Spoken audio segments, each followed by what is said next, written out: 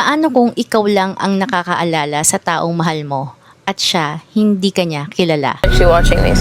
Maybe someone. Okay, well, bye someone. Yun agad ang pumasok sa isip ko habang pinapanood ko itong bagong trailer ng Spider-Man. Kasi habang exciting yung mga actions at may mga bagong characters tayong nakita, iisa pa rin ang tanong ko, maaalala na ba ni MJ si Pete? Aside from that, ang pinaka-exciting naman na nakita ko sa trailer ay ang paglabas ni Bruce Banner or ni Hulk. May linya si Peter na I'm losing my mind, I'm totally out of control. At ang nilapitan niya para humingi ng tulong ay si Professor Bruce Banner. At honestly, bagay na bagay. Kung may isang tao na makakaintindi sa pakiramdam na mawalan ng control sa sarili, si Bruce Banner na yon. Kaya sana marami silang scenes together kasi feeling ko isa to sa pinaka-interesting dynamic ng pelikula. Sa visuals naman, ang astig nung pinakitang may kalaban si Spider-Man na grupo na naka-red outfit.